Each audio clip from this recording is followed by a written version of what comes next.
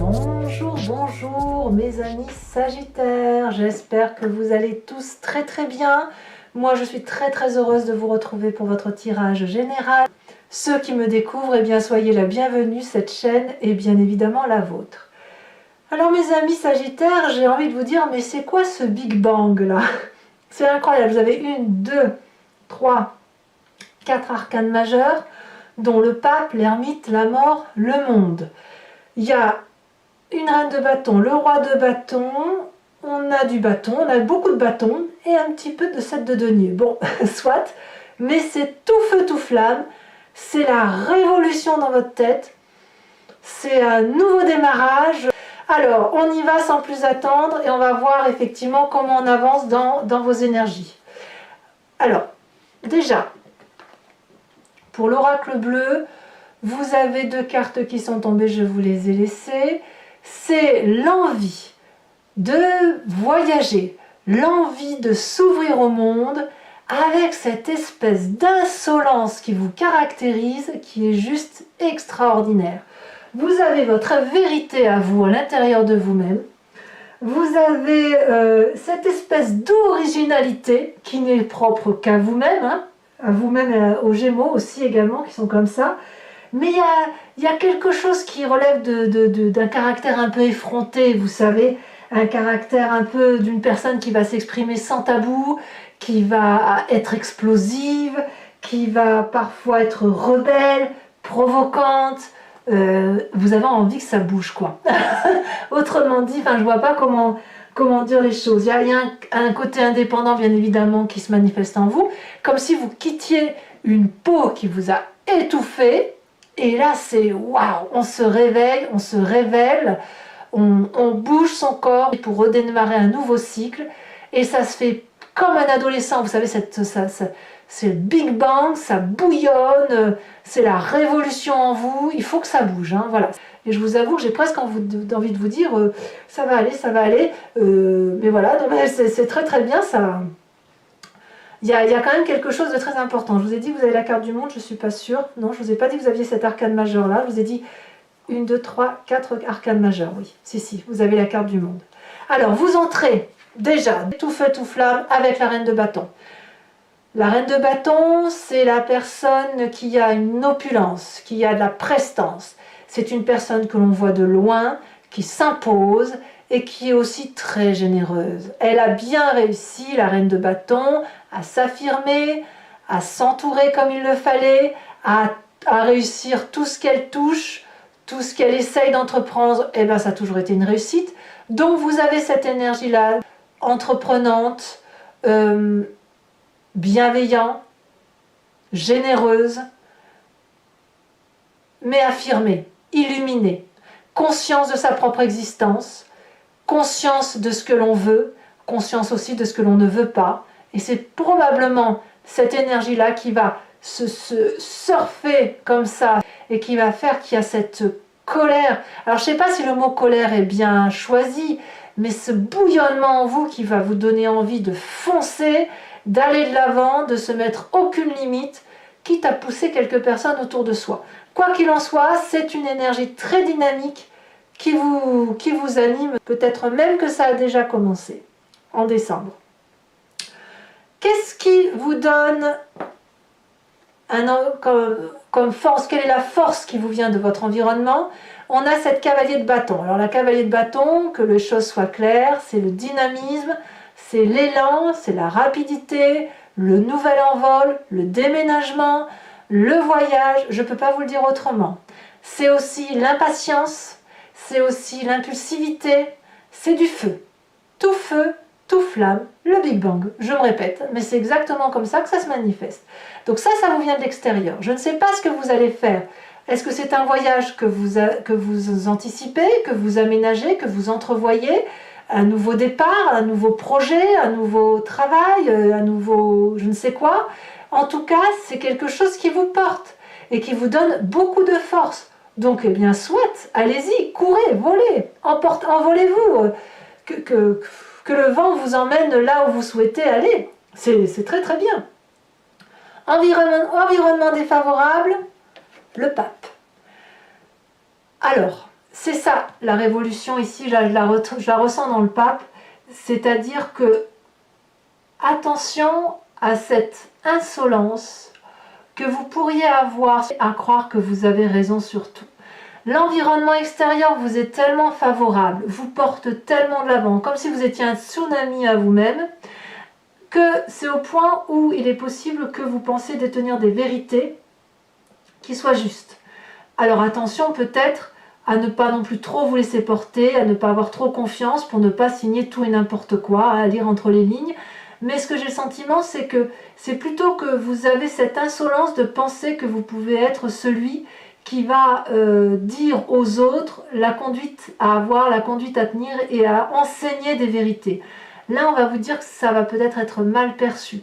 Mais il ne faut pas le prendre mal. C'est parce que si vous voulez, si vous avez cette énergie-là qui fait que tout le monde se pousse, forcément, ça peut générer soit de la jalousie, soit de l'agressivité, soit un rejet d'une certaine catégorie de personnes autour de vous qui pourraient très bien ne pas vous comprendre dans cette foi que vous avez de vous-même et cette foi d'envergure qui est d'aller de l'avant, et on pourrait peut-être ne pas comprendre que vous raisonniez les gens alors que franchement vous êtes plutôt sur un départ, sur une énergie de mouvement, et voilà, vous ne pouvez pas appeler à la sagesse quand vous-même vous ne l'êtes pas. Voilà, c'est ça que je veux dire. Donc cet environnement-là de penser que vous pouvez à la fois être un tsunami et en même temps retenir les eaux, ou d'être un barrage, ça ne va pas être possible. C'est ça que ça veut dire.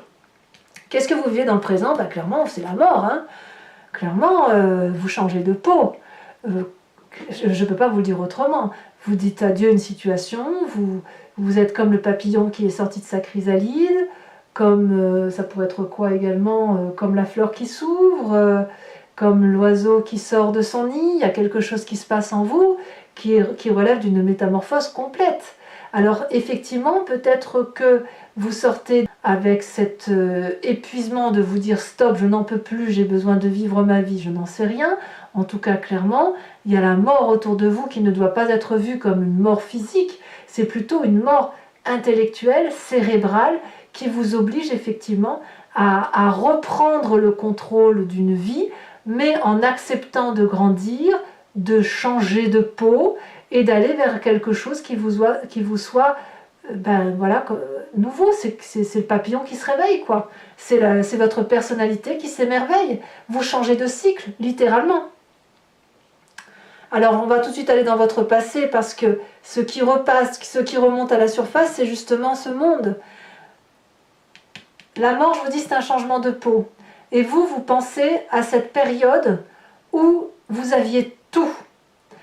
Le monde, c'est la carte de la réussite. Fin d'accomplissement, fin de cycle heureux, fin de cycle épanoui, et début d'une nouvelle ère, d'un nouveau démarrage.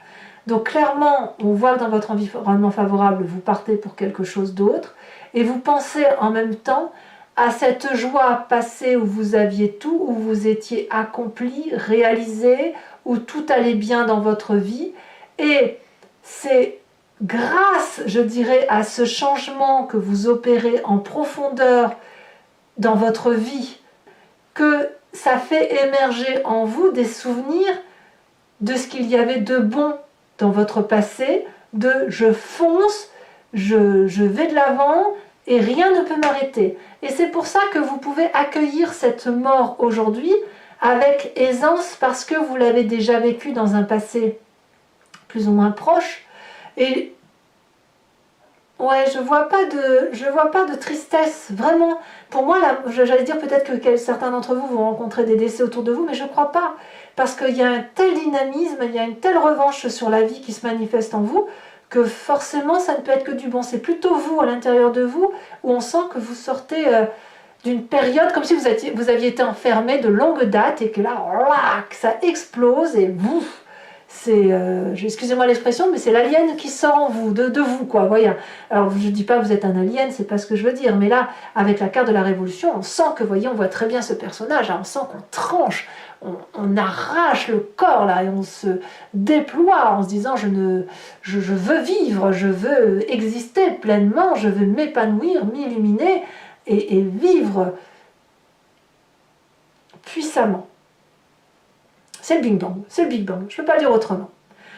Dans votre inconscient, qu'est-ce qui se passe? L'inconscient, donc, c'est une façon d'agir qui n'est pas consciente, hein, sinon je dirais pas inconscient. C'est inconscient en ce sens où c'est comme lorsque vous respirez, vous clignez des yeux, vous marchez, c'est pareil.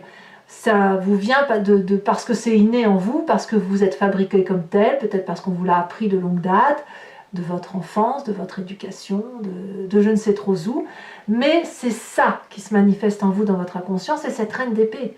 La reine d'épée, je ne sais pas si vous pouvez imaginer la puissance qu'elle a. On voit très bien cette femme-là qui brandit une arme, et regardez, elle a un puissant dragon qui crache du feu tout autour d'elle. La reine d'épée, c'est celle qui maîtrise son intellect, qui est presque dominatrice et presque manipulatrice. Elle est tellement puissante intellectuellement, elle a tellement compris les choses, elle a tellement pu plonger dans la compréhension du monde et dans ce qu'elle n'a pas peur et qu'elle peut rentrer en transe avec des guides astraux. Elle peut croire en ses rêves, elle croit en sa toute-puissance. Et elle est dominante, elle commande la reine d'épée. Donc vous voyez, dans votre inconscient, on sent ce commandement suprême. On sent que vous avez besoin d'avoir le contrôle sur votre vie. Alors oui, et c'est pour ça que vous avez le pape en inconvénient environnemental, parce que avoir le contrôle sur sa vie, ça ne veut pas dire avoir le contrôle sur les autres. La part des choses doit être faite, mais je peux comprendre qu'avec ce qui se passe à l'intérieur de vous et avec cette transformation qui s'opère, que ça vous est difficile d'être absolument... de tout garder pour vous, parce qu'il faut que ça sorte, quoi. C'est comme un volcan qui explose. Hein. Alors, quel est le futur proche? Eh bien, le futur proche, c'est bizarre, hein, c'est curieux, mais il vous parle de patience. La 7 de denier semble dire que malgré tout ce volcanisme, tout ce feu, toute cette puissance, ce déménagement, voilà, tout ce qui se passe là, on parle de laisser le temps au temps. Peut-être que vous allez prendre conscience que dans un avenir proche, hein, c'est fou, hein, que vous allez... Peut-être que c'est de l'esbrouf en fait. Je ne sais pas comment vous dire. Est-ce que vous ne faites pas tout ça juste pour qu'on vous foute la paix? C'est une question. Est-ce que vous ne faites pas tout ça pour montrer que... ou pour ne pas montrer qu'en fait, en ce moment, vous êtes bien dans votre grotte et que vous savez qu'il faut laisser le temps au temps et qu'il faut laisser les enfants grandir, il faut leur laisser le temps de penser, de réfléchir. Peut-être que vous voulez laisser le temps aussi aux autres, peut-être que c'est ça, que vous voulez laisser le temps aux autres de vous comprendre dans ce que vous êtes devenu, et peut-être que vous allez accepter le rythme. Peut-être que c'est ça que votre carte, ce qu'elle veut dire. Parce que quand vous déployez avec une énergie très très puissante, hein, moi je le ressens fortement, peut-être que votre avenir proche va être de ralentir, ou de montrer aux gens qu'effectivement vous êtes bien devenu la personne que vous êtes en train de devenir, mais vous allez probablement devoir prendre votre temps parce que les gens ne sont pas arrivés au stade où vous en êtes. Comme je vous le disais tout à l'heure, peut-être que c'est de l'esbrouf, peut-être que vous faites tout ça pour dire qu'en fait vous êtes très bien chez vous, casanier, vous profitez de ce que vous avez, vous laissez le temps au temps et vous attendez patiemment que le printemps arrive. Là, c'est à vous de me dire, ça me fait un peu sourire, mais moi, cette 7 de denier là, elle me fait dire qu'en fait, pour moi, la 7 de denier, c'est vraiment la personne qui attend que les choses arrivent d'elles-mêmes. Alors peut-être que tout ça, toute cette énergie-là, ça n'est qu'un rêve,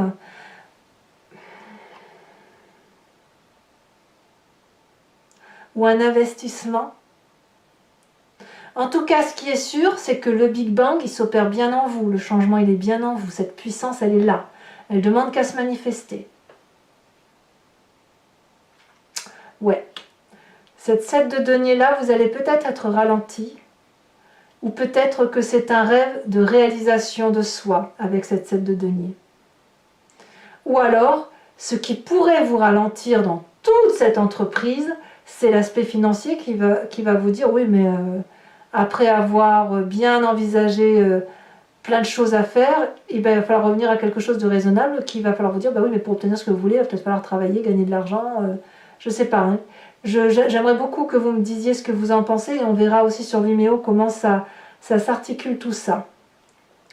pourquoi je vous dis, on viendra sur votre état d'esprit, tout ça, mais pourquoi je vous dis, et si tout ça n'est pas de l'esbrouffe, à supposer que ça en soit, bien évidemment, ne vous froissez pas avec ce que je vous dis, c'est parce que vous avez cette 7 d'épée dans la famille et les amis. Est-ce que vous avez envie de briller aux yeux des autres, de ceux qui vous sont proches, ou est-ce que vous vous méfiez suffisamment de ceux qui vous sont proches pour leur faire croire que vous êtes assez insolent, que vous pouvez vous débrouiller tout seul, que vous pouvez partir, que vous pouvez changer de peau, que vous pouvez tout contrôler, que vous avez déjà fait ça, que vous êtes quelqu'un de puissant, de machin, de ci, de là. En tout cas, là, on voit qu'il y a de la méfiance.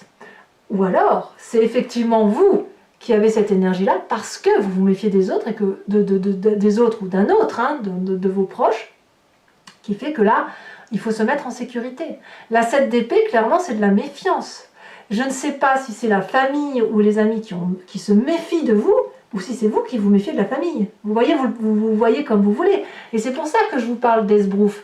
Est-ce que... Enfin, esbrouf, je devrais changer de mot, mais j'en ai pas d'autres qui me viennent à l'esprit. C'est un peu une tromperie, si vous voulez. Est-ce que vous ne baratinez pas, vous, tout ça? Est-ce que vous ne faites pas tout un monde pour justement essayer de redorer votre blason par rapport aux autres, à ceux qui vous sont proches? Ou à l'inverse, est-ce que vous ne faites pas tout ça pour éliminer, écarter et impressionner ce ou cet autre qui pourrait vous mettre en difficulté, alors que vous, dans votre avenir proche, ce rêve-là n'est pas encore prêt de se matérialiser. Enfin bref, ça reste un Big Bang, hein, on est bien d'accord. Hein. Peut-être presque, excusez-moi l'expression, mais j'ai presque envie de dire c'est la montagne qui accouche d'une souris, presque. Voilà. En tout cas, c'est le Big Bang quand même, hein, ça bouge. Hein. Dans votre état d'esprit, nous avons une personne qui a conscience de ce qui se passe en elle. Elle ne va pas forcément le dire, mais c'est une personne qui se met en retrait. C'est pour ça que je vous dis la 7 de denier, elle me fait dire patience. L'ermite, c'est la personne qui se met en retrait pour apprendre, qui va se réfugier dans les livres, dans les connaissances, dans l'environnement, l'observation, pour mieux appréhender son environnement. Et effectivement, quand on se met en retrait et que l'on apprend, eh bien, il faut de la patience pour bien préparer son voyage. Si vous avez l'intention effectivement d'aller vers quelque chose qui vous porte vers l'extérieur et qui vous porte avec cette insolence de l'adolescent, hein, si vous voulez, qui vous fait changer de peau, qui vous presse vers un déménagement, qui vous donne une puissance intellectuelle, une réalisation de vous qui vous vient de votre passé, ça nécessite d'être armé et bien préparé. Et pour être armé et bien préparé, eh bien on se met en retrait, on patiente et on laisse germer la petite graine qui sommeille en soi. Donc, esbrouf ou pas, il n'empêche qu'il y a quelque chose de puissant qui se manifeste en vous, quelque chose qui s'impose comme un empressement, l'envie de sortir de sa coquille, de déchirer sa peau pour aller vers une autre peau, et probablement que c'est dû à l'environnement familial, à l'environnement des amis, qui soit n'ont pas assez confiance en vous, soit c'est vous qui n'avez plus confiance en eux. Voilà. Conséquence de vos actions et de vos pensées, la vallée de bâton. On reste littéralement dans votre énergie de feu, dans le bouillonnement pour soi-même, avec cette confiance que l'on a en soi. La vallée de bâton, elle est un peu juvénile. C'est une carte, si vous voulez, qui va vous parler de vos rêves, qui va vous parler de la matérialisation de vos rêves, comme si les connaissances que vous apprenez vont vous permettre d'avoir une meilleure appréhension des vérités. Et c'est comme un déploiement, si vous voulez, d'une action. Comme si vous allez vous dire, bon ben voilà, j'ai tout appris, j'ai pris le temps de, maintenant je vais pouvoir me réaliser. Donc pour ce qui vous concerne, vous êtes toujours dans cette énergie-là, de dynamisme, de fonceur. Attention à ne pas donner trop de leçons aux autres, mais vous avez littéralement changé, comme cet adolescent qui change de peau. Voilà, vous changez et vous croyez en vos rêves. Peu importe que ça prenne un peu plus de temps, peu importe que l'on n'ait pas confiance en vous. Et puis quand on voit les conséquences de vos actions et de vos pensées sur l'environnement, on a la roi de bâton, il y a dans l'environnement une autorité de feu, donc ça peut être encore vous, comme ça peut être un autre feu, donc auquel cas ce serait le bélier, le lion et le sagittaire, qui fait preuve d'autorité. Donc, est-ce que votre action va être ralentie à cause de cette autorité masculine de feu, cette puissance d'action du chef de famille, et qui va dire oui ou non? C'est possible. Soit à l'inverse, j'ai l'impression quand même qu'il est possible qu'il y ait une autorité retrouvée. Mais je ne sais pas si c'est vous qui la retrouvez ou si c'est l'environnement. J'ai bien envie de penser que c'est l'environnement. Et on va tout de suite voir sur Vimeo avec cet approfondissement. Donc je vais vous expliquer pour ceux notamment qui me découvrent. L'approfondissement, je le fais avec le tarot des 78 portes pour cette fois-ci. Je recouvre l'anti-jeu et si vous voulez me rejoindre pour l'approfondissement, il vous suffit de cliquer sur le lien que vous allez trouver en bas de la vidéo.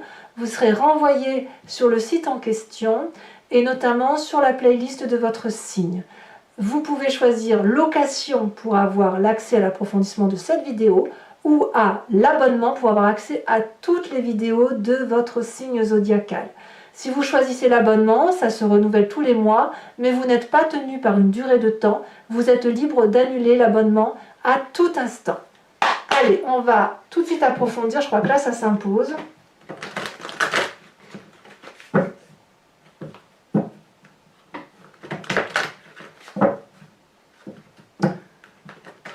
On va voir effectivement comment ça s'articule tout ça. Allez, pour mes amis Sagittaires. Alors, qu'est-ce qu'on a avec cette reine de bâton? Bah déjà, vous voyez, ça veut parler. Hein. Qu'est-ce qu'on a sur cette magnifique reine de bâton? Je ne vais pas tout mettre quand même. Ceci dit, je peux, si je peux.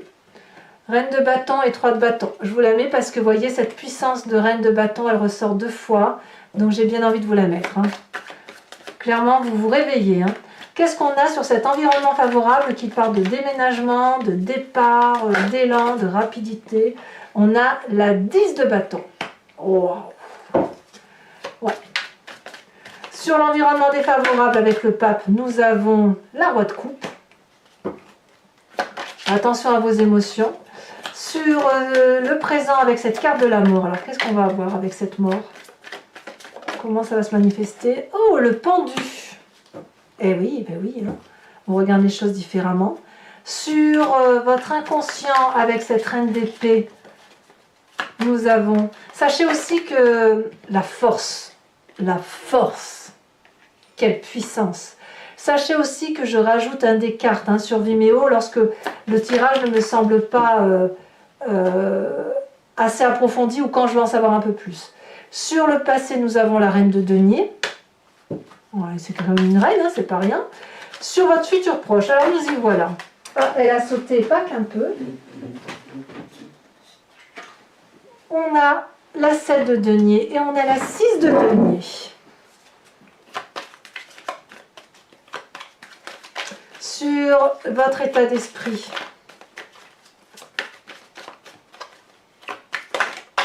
on a la papesse. Oh, bah dites donc, vous en avez des arcanes majeures. Hein. Le pendu, la force, la papesse. Qu'est-ce que ça bouge? Sur oui, la famille et les amis, on a la 5 de denier. Ouais, donc clairement, c'est pas top avec la famille et les amis. Ou certains d'entre eux, bien évidemment. Conséquences de vos actions et de vos pensées sur vous-même. Regardez. Le fou. Non, mais qu'est-ce que vous faites comme tirage? Oh, impressionnant. Et enfin, conséquences de vos actions sur l'environnement, sur la roue de bâton. Regardez, on a les étoiles. Encore une arcane majeure. Alors, je vais rajouter une carte, une dernière carte. Attention à ne pas finir épuisé quand même intellectuellement hein, avec cette 10 d'épée qui est en dos de deck. Je vais remettre une carte, une seule, sur l'oracle bleu. Comme ça, on aura un schéma très précis de votre énergie.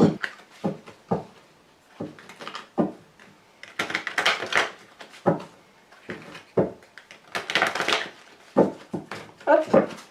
Alors, sur le voyage et la révolution, non, je ne vais pas les mettre à 3.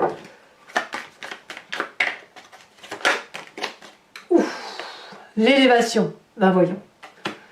Ouf, et ben dites donc, ça déménage avec mes amis Sagittaires. Alors, je vous propose également, toujours pour ceux qui me suivent sur Vimeo, de réfléchir à une question précise et j'y répondrai avec le grand jeu de Mademoiselle Lenormand, après avoir tiré 5 cartes.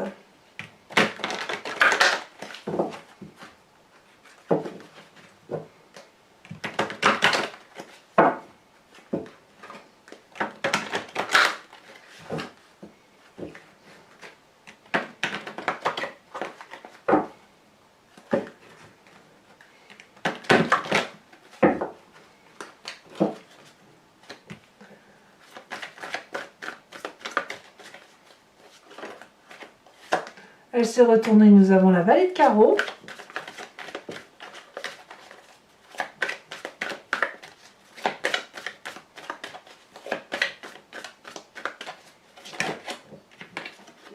Nous avons la 10 de trèfle.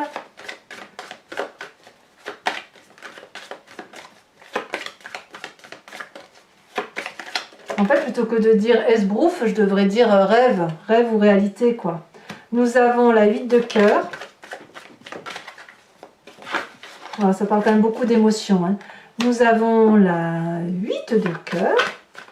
Non, on a la 8 et la 10 de cœur, pardon. 10 de cœur, oui, ça parle beaucoup d'émotions.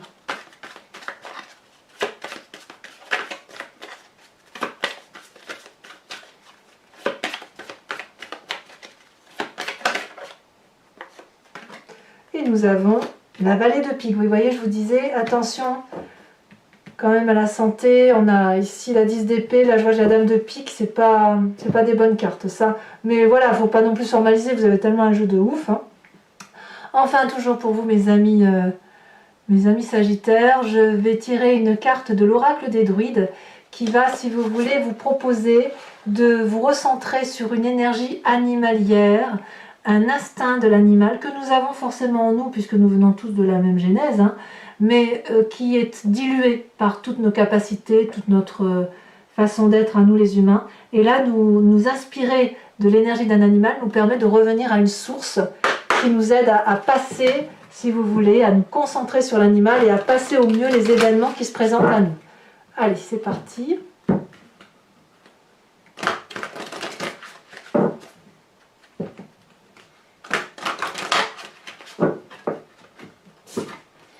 Alors, quelle est la carte qui va sortir pour mes amis Sagittaires? Elle tombe déjà. On vous invite, oh bah tiens, comme les béliers, on vous invite à vous inspirer de l'animal truie, de la truie. Alors, mes amis Sagittaires, vous allez avoir votre tirage sentimental qui va sortir dans quelques jours. Moi, dans tous les cas, je vous dis à très bientôt. Je vous embrasse bien fort. Bisous, bisous.